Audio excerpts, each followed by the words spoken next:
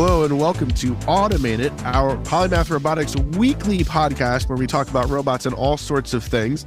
I, of course, am Stefan Oxmacher, CEO and co-founder of Polymath Robotics, joining recorded from my room where I am trying to impress everyone that I do in fact know how to read. With me is someone from an amorphous blob representing probably a hellish landscape of messy wires. Who exactly are you? Well, I was going to say, currently with the landscape and with the beard, I think I'm cosplaying as the abominable snowman. This week on Automate It, we're going to do our game that we play every week, which I'll talk about in a minute. And then we have a bigger and more exciting, timely topic to talk about. Did Google just buy ROS? Announced last week was that Google-owned company called Intrinsic, who's been on a bit of a tear buying a bunch of companies, acquired the Open Source Robotics Corporation, the for-profit sister of OSRF, Open Source Robotics Foundation, which is, of course, the group that builds and maintains and kind of just owns ROS and Gazebo and Turtlebot and all these other things that we take for granted. So if Google owns them, is this, Willow Garage 2.0? Is the end of ROS nigh? Is everything going to be great? We'll talk about that in a little bit. But to start off, we're going to play our game that we play every single week. And essentially what we do here is we take a random piece of technology that, the CTO in this case is super interested in working on, and a setting or a business case where the business guy, me, really thinks that that's a plot should be applied. And then we spitball a wacky business idea around it.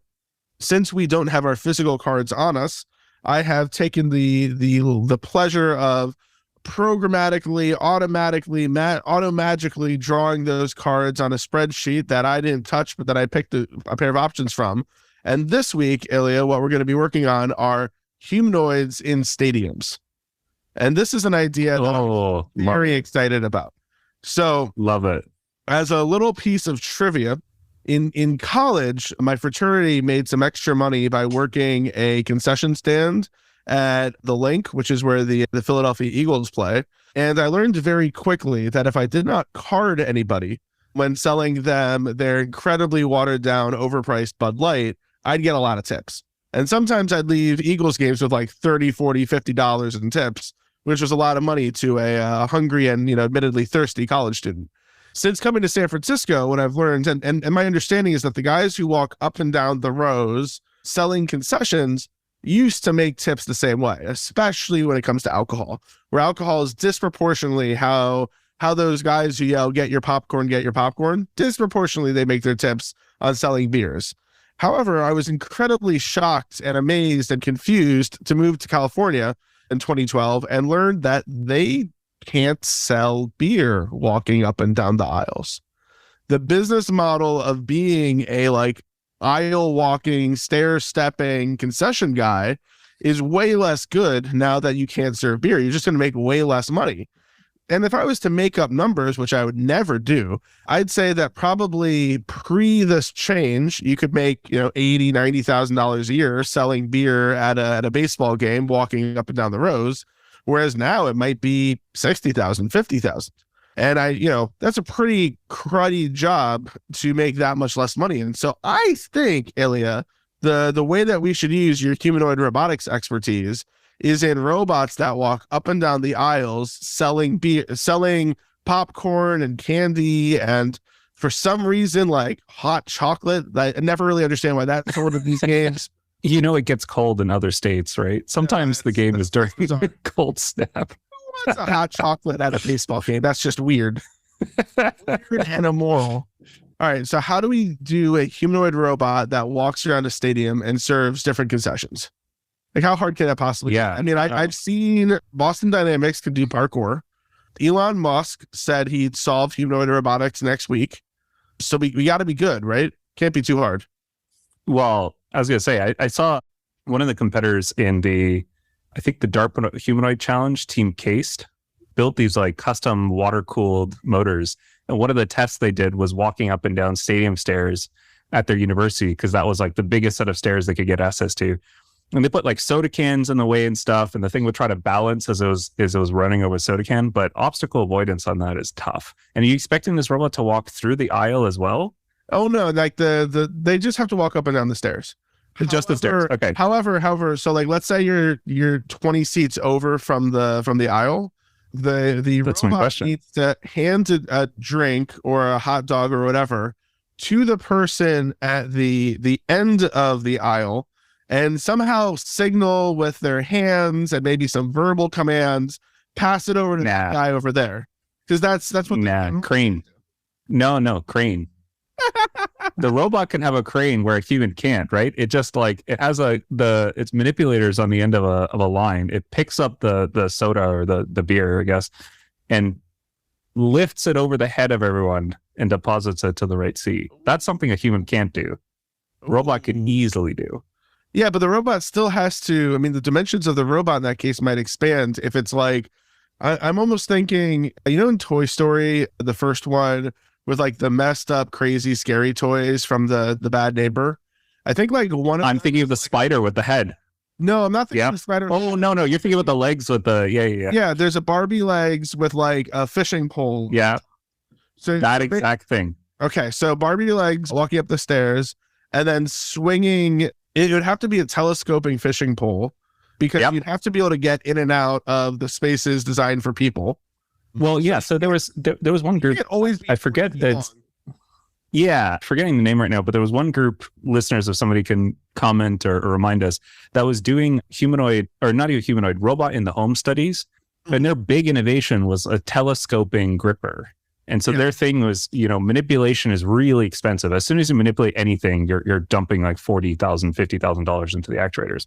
So their trick was really low cost, collapsing, telescoping, basically crane with a very like simple looking suction cup gripper on the end. And that's how they were going to home automate stuff. Well, so they do that thing with a counter. But I guess if you're delivering a churro to somebody sitting 20 seats away from the row and it's, some jerky kid and they tug on the string a little bit, isn't there the risk that then the whole robot comes toppling over? I feel you put a force torque sensor on the end.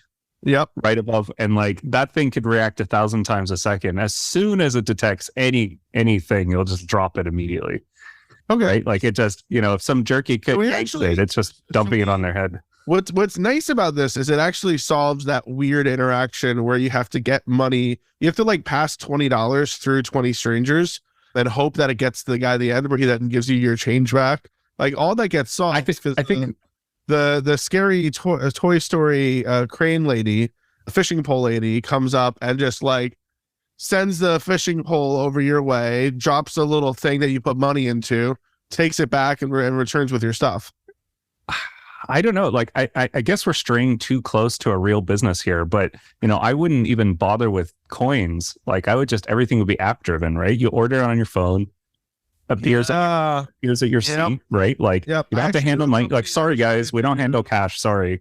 I actually knew a company a long time ago who was trying to do like in-seat ordering in stadiums, and it's like a very hard business to get into because the stadiums are like 4 people. They just want 4 groups of people own all the stadiums. So if you give discount pricing to one, they all find out. But so this is precluded by. There's an in-seat thing where you can order your food and say, I want a hot dog, 3 churros, and a gallon of lukewarm hot chocolate in seat 22F. Exactly. And if you order hot chocolate, there's a bug that it dumps it on you every time. Natural. Sorry. So, and it's interesting, but if we're a walking robot, I mean, I think a challenge though is we can't walk to and from the concession stands for every order. We have to be able to bring. You have to 20 orders worth of stuff at a time. Does that mean we might need like a robotic dog that's like a robotic dog carrying just a bunch of boxes? I was gonna go the other like on this thread, right? There's no reason to make this thing bipedal, right? You could make it quadrupedal. No, it's a humanoid robot. We are. Oh, it has to be robotics people. All right. It's a humanoid. We love. Okay, it has to be humanoid. Yeah. Ah, darn. Because I was going to say, if you can make it a spider, it'd be A, much more stable, and B, more thematic, where it has multiple webs that shoots to multiple different people, right? It's this like horror show of 8-legged thing with multiple cranes to deliver multiple orders at the same time. Making every child in the stadium scream in terror. Yeah. No, but it has to be a humanoid robot. So, all right. I mean, I think it's almost like multiple orders. Mech Warrior who has, walks around with like two big arms that then go and deliver stuff. Well, two or more, yeah. But I think the last note, though, there was really good design detail I had learned in trying to develop stuff for general public consumption is if you're building a robot for these use cases, you have to assume and test that a 200-pound person is going to run full speed at it, try to knock it over for fun, dump soda onto it from every possible. This is a sporting event, so maybe 300 pounds and drunk. Exactly. Yeah. I was using Canadian units, I guess. And kids will start to stick their fingers into every possible gap to see what happens. And like the barrier to designing this thing. So especially if it's a legged robot where there's tons of pinch points. Yep. Oh man, that's going to be a rough one. Just predicting people doing stupid stuff to you and trying to avoid hurting them. You just put like a skirt over the legs. So that people can't stick their hands in. That's actually a great idea. That's a great idea. Like some sort of semi-rigid but segmented kind of armored skirt. And then waterproof the rest of the thing. And you've gotten most of the way there. The only thing you still got to worry about is a guy running into you at full speed. And how do you Yes, especially while you're walking up the stairs. And of course, being able to obstacle detect and avoid while walking upstairs that have bottles of beer, cans of beer, French fries, whatever on it. All right, so what's our bill of materials look like for this? Like what's a base level humanoid robot cost these days? I think we're probably talking. Yeah, the PR2 is about 400. Stuff has come down since then, maybe 200, 150. Okay. So we got 150, like let's say it's 150K base to walk. We need a bunch of sensing. Let's call it cameras everywhere. 25 to 50 grand. Yeah. Sensing compute. That's going to suck a lot of battery. So we might have an effective operating window of, 30 minutes. And then we have these 20-foot telescoping cranes. Oh, and we also probably need a Boston Dynamics spot to carry the extra loads for us. But like we could put everything in a box. So coming to a stadium near you, what's a good name for this? Wasn't that bad kid in Toy Story called Max? That feels familiar. Maybe. Okay. Coming to a stadium near you, Max's Mavens. Robot delivery in seat right to you. Perfect. Walking up and down the rows. Sold to the stadium for a low price of $1 million, installation fee plus $50,000 a year, saving stadiums as much as $5,000 per operator per year by automating away the people who walk up and down the stands. I don't think there's a Kickstarter for this one, but probably an equity crowdfunding platform. So go and invest and buy shares in Max's Mavens today. So now that we've figured out the new company that we're quitting our day jobs and starting, I think it might be important to figure out like what exactly amount of a robotics ecosystem is going to be there for us to build Max's Mavens on top of. So for those of you who have not been following the news, announced last week was that a company called Intrinsic, who's one of Google, aka Alphabet's other bets, announced that they were acquiring the Open Source Robotics Corporation, which is the commercial arm of Open Source Robotics, which is, of course, the builder, maintainer of ROS and of Gazebo and of Turtlebot and of like 25 other important things that your robotics project can never deliver gantry churros without. So I think like before going right into Intrinsic and Google and all of this stuff, maybe it's important to think about like, has anything like this, Ilia, ever happened before? Has there ever been a point where the robotics industry had a prime organization that stopped being around? Yeah, this is Google's deja vu all over again, to use the term. Google went down this path once before where they kind of went on a buying spree under Andy Rubin at the time to purchase Bot and Dolly, which had some great kind of arm motion control, Boston Dynamics, and a bunch of others. And most importantly, like the end of Willow Garage. Well, so that's a little bit putting the cart before the horse. So Willow Garage, to step back a bit, it was a bet by Scott Hassan, who was one of the early kind of engineers out of Google. He really wanted to see robotics kind of come forward. And he put together a team to take over an existing university project, the personal robot, and then develop the PR2, which is kind of the hardware platform.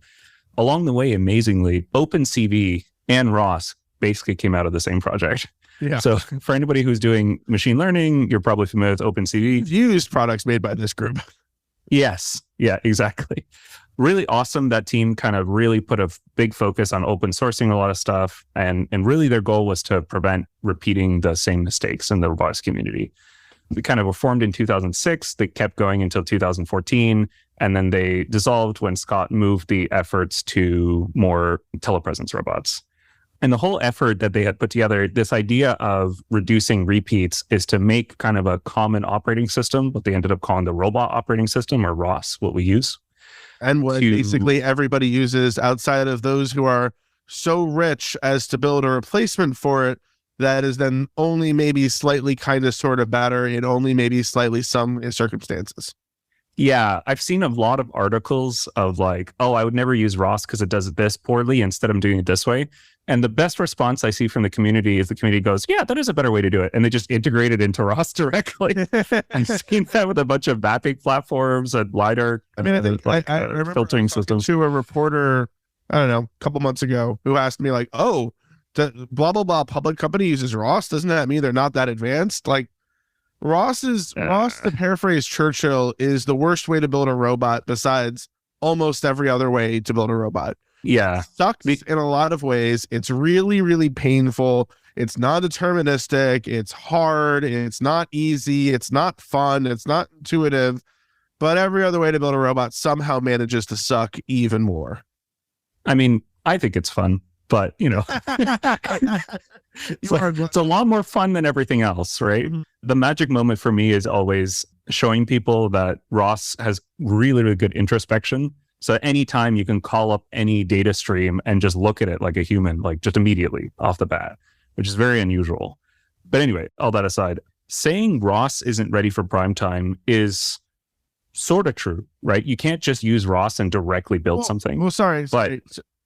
Going away from defending ROS, I'm not. No. There's a point to make here. I just did the insult your mother equivalent to someone like Ilia, who has been loving and loved by and hating and hated by ROS. No. There's a point here. Right? So what I'm trying to get to is that for a long time, it was kind of the academic tool, but really where it shined and what I think Google's particularly interested in is it replaced a lot of utterly terrible controls for robot arms in particular. If you've ever had the pleasure of working with an industrial arm from KUKA or ABB or any of these groups, they're really hard to work with.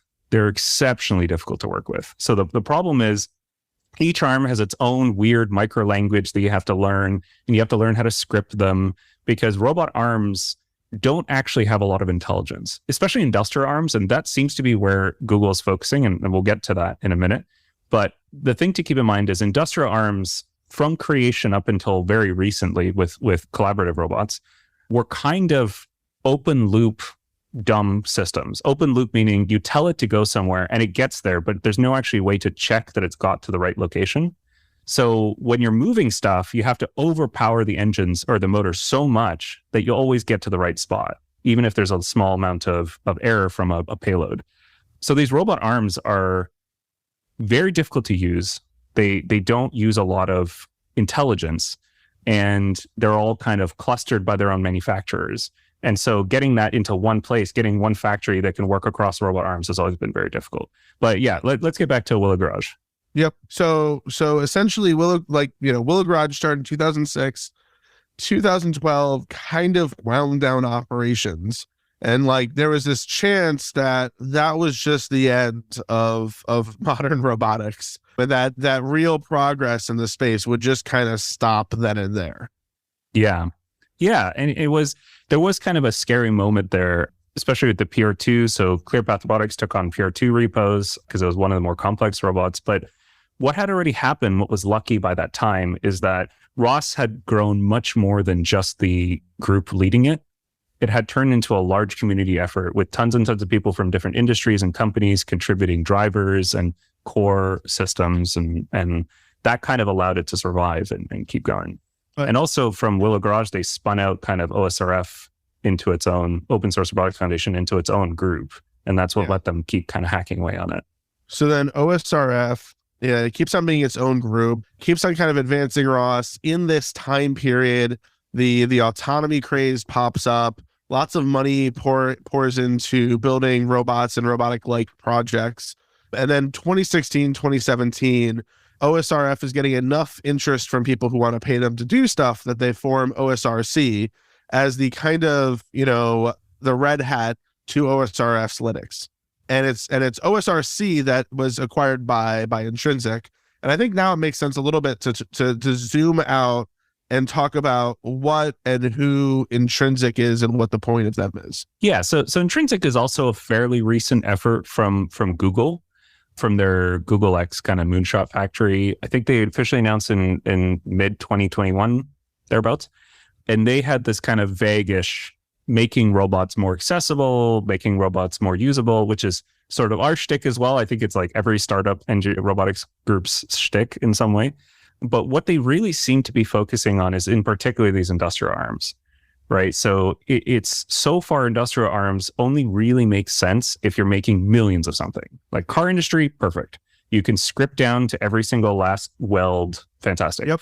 Mom and pop shops can't really use robot arms, and nobody in between can really use them. And I think, this is a guess obviously, is what they're really trying to do is they're trying to make robot arms first interoperable, so you don't have to learn ABB's magic scripting language. You just use ROS or ROS equivalents. And B, make it more accessible so that they're more intelligent, so that you can show them what to do. And a lot of groups have tried this. Rethink Robotics tried this to kind of have this teach and repeat mechanism. Universal Robot Arms have kind of features for this. Canova has features for this. And I think, again, it's this case of a bunch of different little groups trying to do their own little thing. And I think their bet is try to bring into one space. And acquiring OSRC probably not only brings the technical talent to do that, but also the customer base who cares about it. So I'm of two minds with Google X. On one hand, it seems like a really cool place. It seems like a really cool way to spend, if not your 20s, more like your 40s. You're smart enough to do stuff. You no longer want to take big existential risks with your career every 3 minutes. And you get to still be like fresh and relevant, do some interesting stuff while making good coin. Google X, for the 0.2% who might not know who they are, is Google's moonshot factory. Is there like other bets? Is there let's do big crazy things like self-driving cars? But I actually have a conspiracy theory that I'm convinced of when it comes to Google X. Essentially, I think the real point of Google X is that its entire $1 to $4 billion a year budget can be justified as a marketing expense to hire engineers who ultimately work on search. So you're an aspiring machine learning engineer, you're an aspiring senior software eng, and you're like, you know what? I want to make a difference. I want to build self-driving cars or robots that can solve all the problems, or I want to bring internet to Africa. I want to make a difference. I'm going to apply to Google X. You apply to Google X, and the recruiter calls you and like, wow, we're so impressed with you. Wow, Ilia, you're the best engineer we've ever interviewed. The thing is, Google X, really small budget. It's not our main thing here at Alphabet. We'd love to get you into that team, but would you be willing to maybe talk to the search or the AdWords team and maybe like join them for, just 6 months before you go to X? And are you saying Waymo's not a real business? I would never say that. I mean, their balance sheet is doing so well. And come on. You get these great pieces of talent, you get them into search, or you put them in Google X, not so much with the intention of changing the world, but more with the added benefit of some of the best engineers in the world are certainly not starting new search engines, are certainly not starting new email clients, are certainly not starting other companies that could displace Google in the very particularly interesting spot that Google's in. And yeah, the kind of acquire to quash kind of effort. Yeah. And to me, looking at Intrinsic's been on a bit of a tear. They've acquired a couple of really great robotics organizations, Vicarious just before this. And it seems to me like they, cool, they get some extra revenue from OSRC. Cool, they get some of the best roboticists in the world from OSRC. And, let's see what happens. Maybe they solve all the problems and this is another $3 billion to $20 billion a year business. Maybe this is a little loss leader that gets us some cool press. Or maybe, ad revenue goes down 30% and we have to cut all other bets because the world's no longer as nice to us as it used to be. That's all well and good. Yeah. And it's that last one. I would love to see for the ROS community. Well, so I think OSRC and OSRF are two separate groups. They're both under the Open Robotics, but OSRF should continue to operate as the nonprofit as they always have, right? Yeah. So they can continue to work on ROS. Source projects without any commercial side, without any product direction. Yeah, that was my concern, right? Is like open source projects, if you don't have a particular goal, you can kind of collapse into navel gazing a lot. So my navel is very good looking. It's worth staring at. So Google's purchase of the Open Source Robotics Corporation, the kind of consulting arm, means that maybe the Open Source Robotics Foundation, the non-for-profit arm, has less focus because they don't particularly have customers.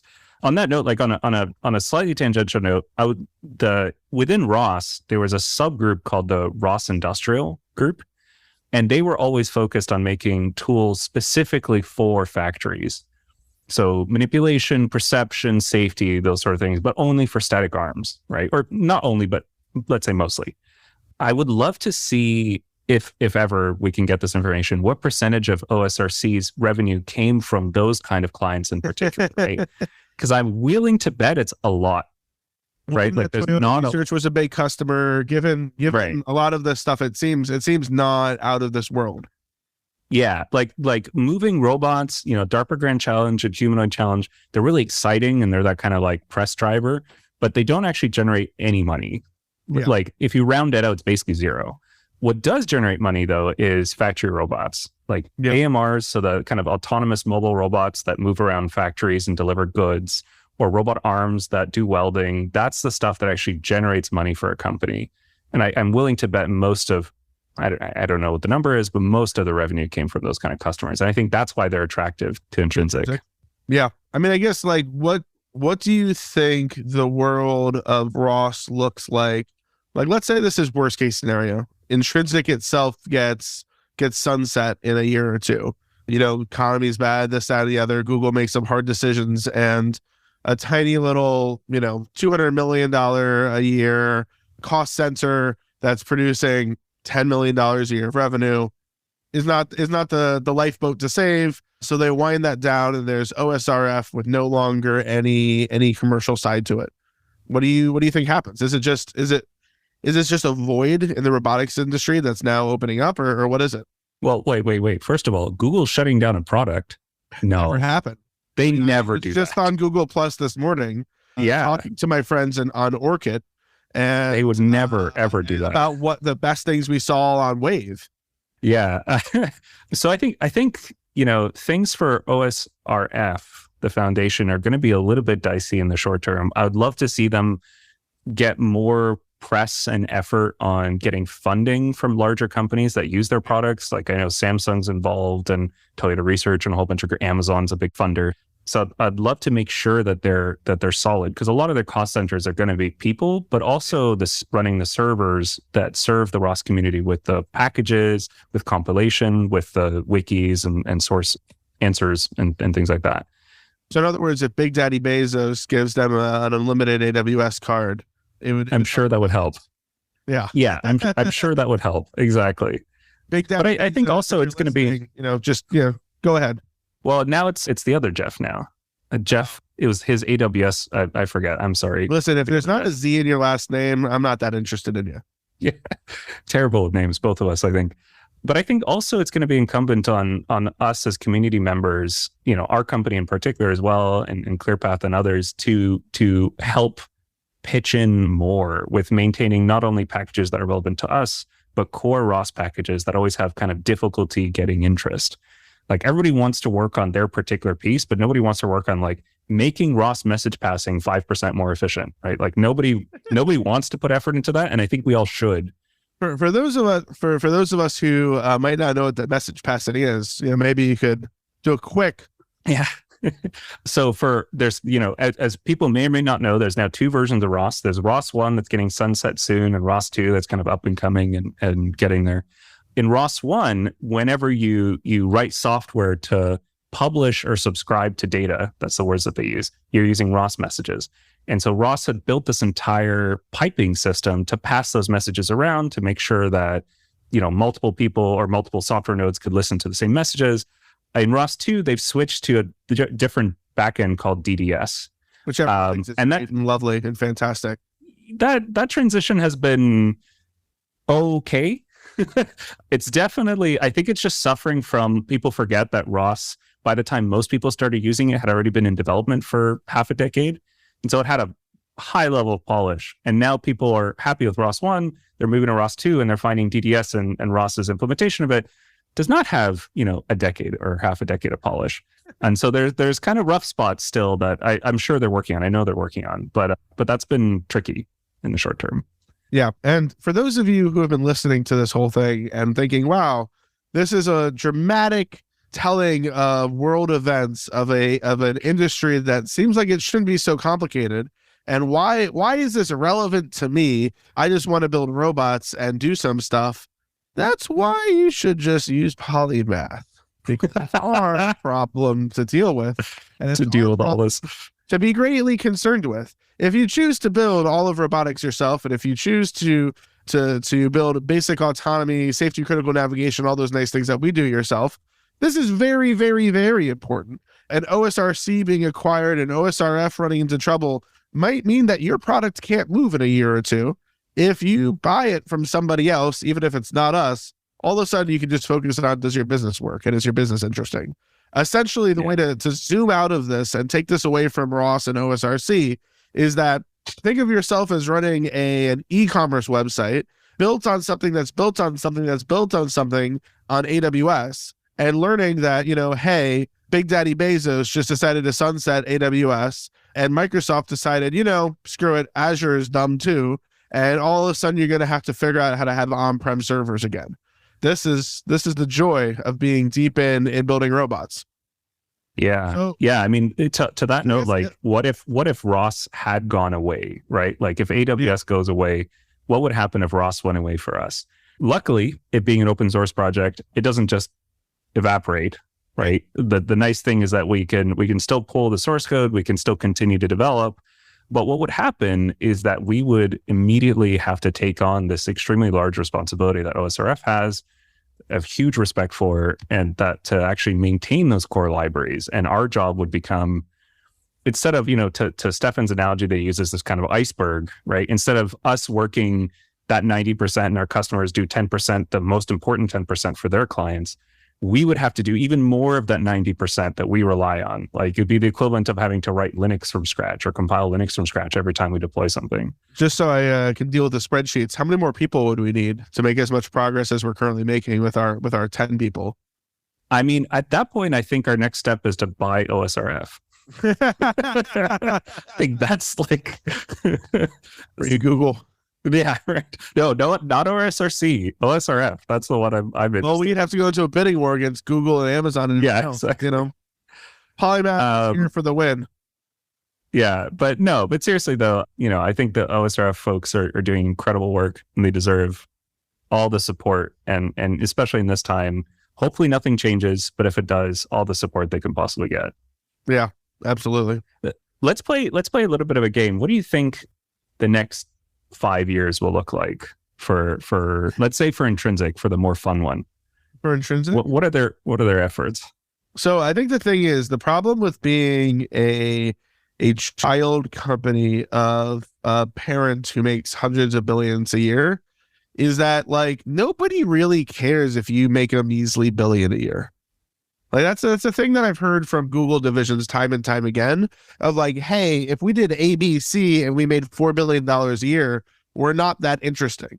Like, I think of it almost like, actually, you know who the great example of this is? Bob Dylan's kid. Not the direction I thought you'd go. The guy from the Wallflowers. Imagine you're into music. You like playing guitar. You got like beautiful blue eyes. He has weirdly beautiful eyes. And like, you have this band. And like, you got a #1 single. It's, one headlight. Oh boy. Yeah, who cares? You go home for Thanksgiving and there's Bob Dylan sitting at you saying, oh, I remember the first time I had a #1 single. Look forward to your 15th. Look forward to the time that people say your record's the best of all times. Basically, if you're Intrinsic, you live the life of the Wallflowers. And there's a chance that you could become one of the greatest artists of all time. But you have to come home every Thanksgiving to Larry and Sergey and say, oh, sorry, we're only making $100 million a year. Oh, yeah. Next year, we're making 125. Yeah, So I think the thing for a company like Intrinsic, a thing for a company like Waymo, a thing for any of Google's other bets is it's kind of $10 billion or bust. And for somebody like Intrinsic, they need to figure out what is their path to $10 billion. And taking off another great robotics company that is a possible competitor in $10 billion makes it more possible that if they're going deep on this robotic arm direction for industrial, that if the TAM for that's 100 billion or a trillion, that they have the best chance of getting up to $10 billion first, so that Big Daddy Larry and Sergey actually notice that they're around. Yeah, I mean, maybe the next step is then they buy one of the smaller arm manufacturers. Potentially, right? But they're going to try to interoperate across groups. I will call out that we have no specific knowledge of that happening. Yeah. To be clear, we have zero insider knowledge. These are guesses, right? And I would bet $5 that maybe that deal's already been pursued. Maybe someone's listening to this in arm robot land thinking like, oh crap, they know about our deal with Google. What are we going to do? No. Do not. The other big one, I think, though, that they're going to push towards is they had a lot of success with their AI simulation of manipulation. They had these like simulated hands manipulating cubes and then real hands from Shadow manipulating cubes. I think they're going to push more sim for a lot of their arm interactions. Because the other thing with commissioning a factory, like even, for example, Tesla was very forward on automating their factory. And they had an enormous pile of trouble. Called Super Giga Airship Death Star. I don't know, Super Giga something, 420 something, because it's Musk. Yeah, I don't know. But anyway, they had a huge amount of trouble getting their automation at that point. At one point, they had to move part of their work into like a parking lot that was covered with a tent because they ran into the same problem of interoperability. And when you bring up a factory line, you can imagine every arm has to be scripted to millimeter precision. And so this arm does this weld, and then the next arm does this weld. And oh, wait, I have to change this arm because it's wearing out. So I'm going to edit it this one. Oh, but then this one has to update, and then the next one has to update, and then the next one has to update. So it's this like nightmare of dependencies that is all hand built. Yeah. And Tesla ran into that full force. And so if Google can fix that problem, that's a huge. Yeah. But that is a really hard problem to fix. That is a non-trivial problem to fix. So in other words, you don't think the OSRC people are going to be making a lot of contributions to ROS in the next couple of years? No, I think they will. I still think they will. Well, I mean, if Google's always been problems that hard to work on, why, if they got a, let's say, $5 million bonus on the line of solve that problem versus open source contribution, what do you think? I mean, and bonuses that size are within scope for Google. Yeah, no, I agree. But I think, looking at Google's history in ROS in particular, like they released Cartographer, which is kind of an indoor mapping system back to ROS, which was their own like custom written, super performant indoor mapping for making like what they used it for is there'd be a guy with a LiDAR in a backpack and he'd walk around buildings and make maps of buildings for your Google Maps. Very weird person to have at your parties, by the way. Yeah, the guy with the light up backpack. But yeah, so I think they have a good history of contributing back. Will they be as targeted now? I don't think so. But at the same time, OSRC was dedicated to consulting projects. So it might be more directed and hopefully more open source because Google's a little bit less worried about that. Maybe. We'll see. I guess the thing about this all is we will see. So it won't stop us from speculating wildly until we do. Oh, absolutely. Tons of speculation. That's the fun part. Well, Ilia, what are we going to talk about next week? You have any idea yet? I do not remember. Yeah, the magical producer is holidays. Santa Claus is coming to town, bringing presents for all the good boys and girls, but not for anyone else. Only good people and robots. Good robots. And maybe we'll talk about whether or not Santa's a robot. That's a good point. That would be a good robot to speculate on. We at Polymath will be at CES. So if you're listening to this and you'll be at CES, maybe you can stop by, say hi, tell us how much you love one of our hosts, but not the other one, not the one who has the blurry background and talks more intelligently. Fuck that guy. But stop by our booth at CES. You can come and drive our robots and play with them and interact with thousands of pounds of metal for your enjoyment. And yeah, have a wonderful end of year. Have a wonderful holiday season. Hopefully spend some time with carbon-based robots, aka in-laws you don't talk to that often. I mean, if you can model their views by just scraping Fox News and throwing that in model, like, I think I'm worried about that at that point. Yeah, carbon robots. I don't think that's modeling. I think that's just copy pasting. And on that note, thank you all for joining us so much on Automated. We'll talk to you all soon before we offend any more of you. Alrighty. See you after the holidays.